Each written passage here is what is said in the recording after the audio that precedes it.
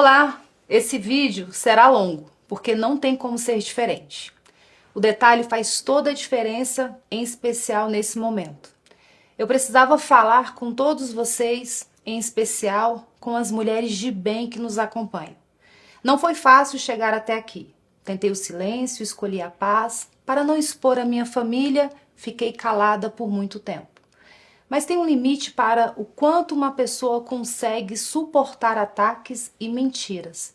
Especialmente quando essas mentiras envolvem o seu nome, o sofrimento do seu marido, da sua família e deturpam o trabalho que você entregou de coração.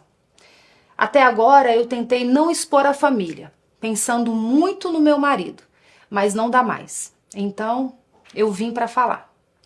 As pessoas que sabem o que aconteceu se dividiram em dois grupos. Um me dizia, conta tudo, as pessoas precisam saber a verdade. O outro dizia, fica quieta, não vale a pena. Eu tentei ficar quieta, mas percebo a maldade de alguns que se dizem defensores e aliados do meu marido, mas que plantam narrativas maldosas e mentiras descaradas envolvendo o meu nome. Sem respeito, sem pudor, sem vergonha. Não me deixaram viver em paz no momento mais difícil da minha vida. Inclusive, ignorando o pedido que o próprio Jair escreveu em uma carta para que parassem com os ataques. Ele está sabendo de tudo e vê a situação que tenho enfrentado. Então hoje, a verdade vai iluminar o que foi escondido na escuridão das notícias falsas e nos ataques irresponsáveis. Para que todo o contexto fique claro, eu preciso voltar um pouco no tempo. Tudo começou em 2023. O meu marido estava voltando dos Estados Unidos. Ele ia assumir a presidência de honra do Partido Liberal. Ele e o presidente Valdemar conversavam sobre os rumos do partido, o que ficou para trás, o que ainda podia ser construído. E perceberam uma lacuna: as mulheres. Um público enorme, poderoso e que ainda viu Jair com desconfiança. Não tinha uma estrutura partidária que falasse de verdade com elas. Foi nesse momento que o meu nome surgiu. Eles me convidaram para assumir o PL Mulher como presidente nacional. Eu aceitei, mas fui muito honesta. Olhei para o meu galego e disse: Jair, você sabe que eu não assumo missão para viver um faz de conta. Eu já sabia o tamanho do que estava sendo o pedido e eu tinha visto de perto na caravana Mulheres com Bolsonaro em 2022 idealizada pela nossa governadora Celina Leão para ajudar na eleição do meu marido. Ao lado de Celina, Damares, Tereza Cristina e tantas outras guerreiras, eu vi o que era levar essa mensagem de esperança viajando pelo Brasil inteiro. Era sacrifício real, era entrega real. Ele olhou para mim e disse que sabia que seria difícil para todos nós, mas que era necessário. E assim eu fui. Assumi esse chamado mesmo sem ter experiência partidária. O que eu encontrei pela frente era maior do que eu imaginava. O PL Mulher existia no papel, mas na verdade tivemos que começar praticamente do zero. Percorri o Brasil inteiro. Instalamos os diretórios nos estados, empossamos presidentes estaduais e municipais, demos capilaridade e representatividade ao movimento que hoje, sendo um dos mais recentes, se tornou o maior movimento político partidário de mulheres no Brasil. Nós pintamos o Brasil de rosa e os resultados vieram. Nas eleições de 2024, elegemos 45,8% mais mulheres do que em 2020. Com pouco mais de um ano de trabalho, foram 1.005 mulheres eleitas. A semente que plantamos começou a dar frutos. E fico feliz quando vejo esse fruto chegando a todos, incluindo ao pré-candidato Flávio, que hoje é bem recebido e apoiado por nossas meninas do PL Mulher nos estados.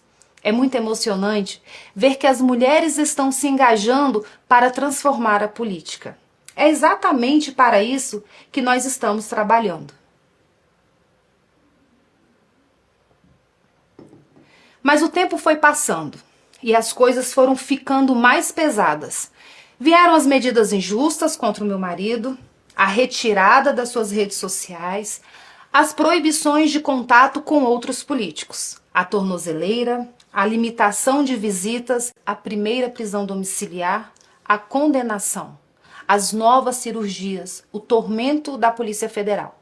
Cada uma dessas palavras representa um dia real, uma noite real, uma dor real que eu e a minha família vivemos e ainda estamos vivendo. Enquanto ele estava preso em casa, sem poder percorrer o país, sem poder ir às ruas, sem liberdade, ele me pediu que eu continuasse levando a mensagem dele, que eu continuasse viajando e levando uma voz de esperança para os nossos apoiadores no Brasil inteiro. A ausência dele nos nossos encontros gritava mais alto do que qualquer narrativa dos nossos perseguidores. Ele chegou a me pedir para cancelar algumas viagens quando ele desconfiava que algo ruim pudesse ser feito contra ele enquanto eu estivesse fora. Então ele pedia para eu ficar em casa, e eu ficava. Mas para um estado em especial, ele não só pediu que eu fosse, ele me enviou como missão. Porque era um povo pelo qual nós dois temos um carinho muito especial, o povo cearense. E eu fui. O que aconteceu depois foi um dos dias mais difíceis da nossa vida. A medicação que o meu galego estava tomando deu reações inesperadas. Ele ficou fora de si e acabou mexendo na tornozeleira. E isso resultou na transferência dele para a Polícia Federal. Meu marido foi arrancado de casa. Um dia que nós nunca esqueceremos. E logo depois desse dia, pessoas que se diziam fiéis ao meu marido, que se gabavam e lucravam por se dizerem bolsonaristas, se apressaram em me atacar, em me humilhar, em dizer que eu estaria, desculpe a palavra, cagando para o meu marido. Alguns desses influenciadores estavam nos Estados Unidos e de lá induziam pessoas ao erro e comandavam os ataques gratuitos covardes contra mim. E eu não conseguia entender por que estavam fazendo aquilo comigo. Eu estava fazendo exatamente o que o meu galego me pediu para fazer. Como alguém que diz amar o líder pode atacar a esposa que está cumprindo a missão que ele determinou? A nossa vida mudou muito com a prisão do meu galego. E havia alguns compromissos que tinham sido assumidos antes. A filiação de Mariana Carvalho no Maranhão e o lançamento da pré-candidatura de Eduardo Girão no Ceará foram alguns deles. Eu falei diretamente com o meu marido sobre cada um desses compromissos. Eu disse a ele que queria apoiar o Girão, pela sua fidelidade às pautas conservadoras, pela coerência que ele representa com as pautas da direita, totalmente oposto ao que o Ciro defende. E ele me autorizou. Em matéria de política, eu faço somente o que eu e ele combinamos. E assim eu voltei ao Ceará.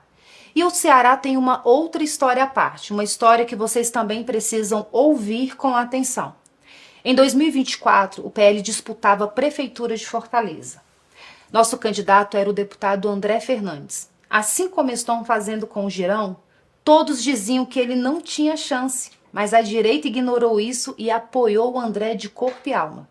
Era uma eleição apertada e havia uma rejeição significativa ao André por parte das mulheres. Diziam que ele era machista e que não respeitava as mulheres. Foi nesse momento que entrou em campo a vereadora Priscila Costa, presidente estadual, e a minha vice-presidente nacional do PL Mulher. Uma mulher honrada e fiel defensora da vida e das pautas conservadoras. Priscila tinha acabado de ser eleita vereadora. Poderia estar cuidando do seu próprio mandato. Em vez disso, dedicou-se integralmente à campanha de André, aproximando o público feminino, diminuindo a rejeição, abrindo portas que estavam fechadas. O trabalho da Priscila fez uma diferença real e significativa. Não vencemos a eleição por muito pouco, mas nos mantivemos firmes aos nossos valores. André chegou a outro patamar com a ajuda e a dedicação da Priscila. E o que ela recebeu em retribuição é revoltante. Reconhecer, ser grato e retribuir o bem a quem nos ajuda é sinal de nobreza e de lealdade. Mas o agradecimento à Priscila parece estar vindo em forma de perseguição e desprezo. Deixa eu te mostrar o tamanho dessa injustiça com o número. Em 2026, serão 54 vagas para o Senado Federal. Em comparação, se aplicarmos a regra dos 30% para candidaturas femininas, teríamos direito a 17 vagas para mulheres no partido. Eu pedi apenas 3. Priscila Costa, Carol de Tone e Bia Kisses. 3 vagas. de 17 que poderíamos ter. E tem sido uma batalha diária para manter essas 3. Isso é muito desgastante.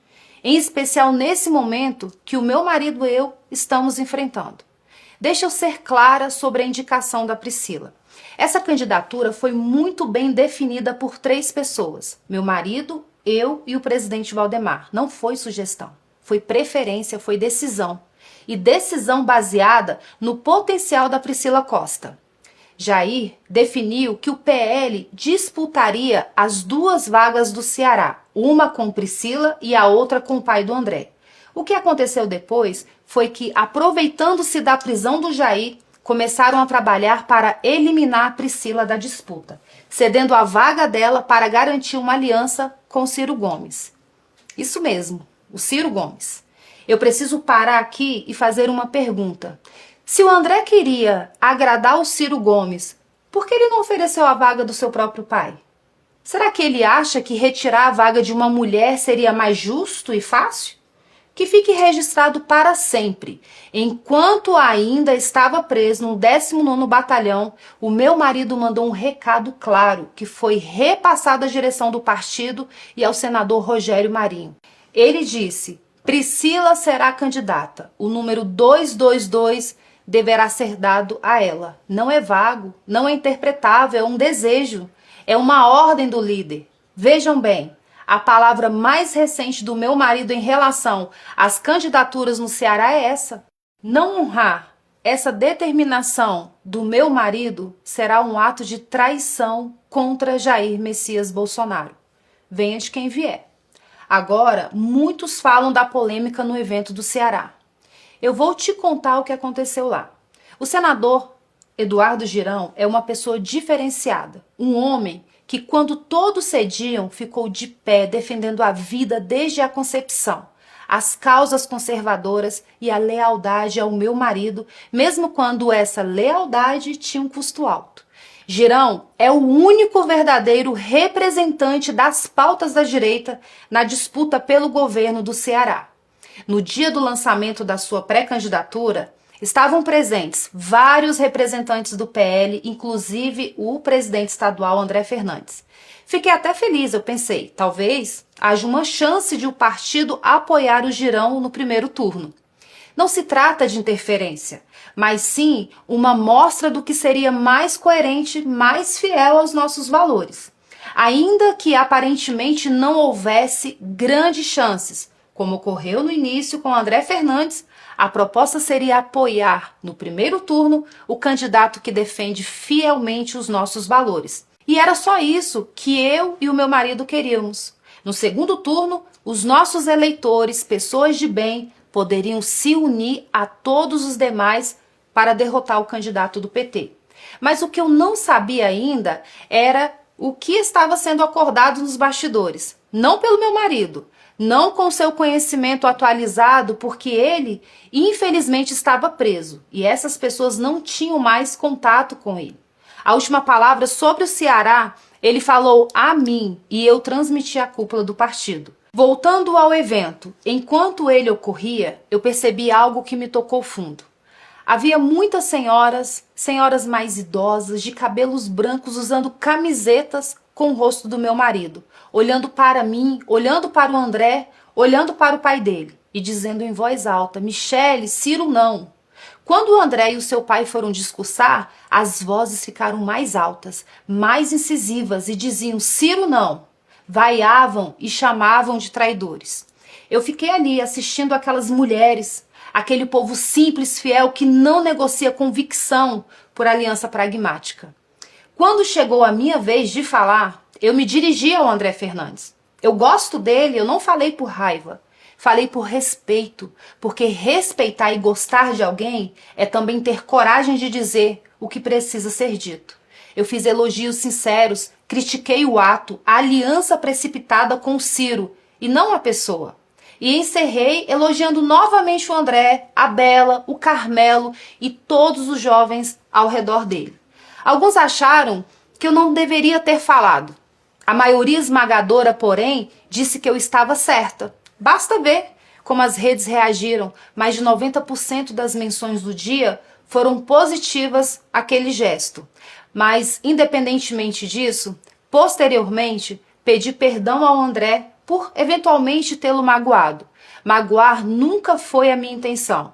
Quando o evento terminou, eu voltei para Brasília. E durante o trajeto de volta, aconteceu algo muito ruim. Algo que eu não esperava. Algo que doeu de um jeito que palavras custavam a descrever.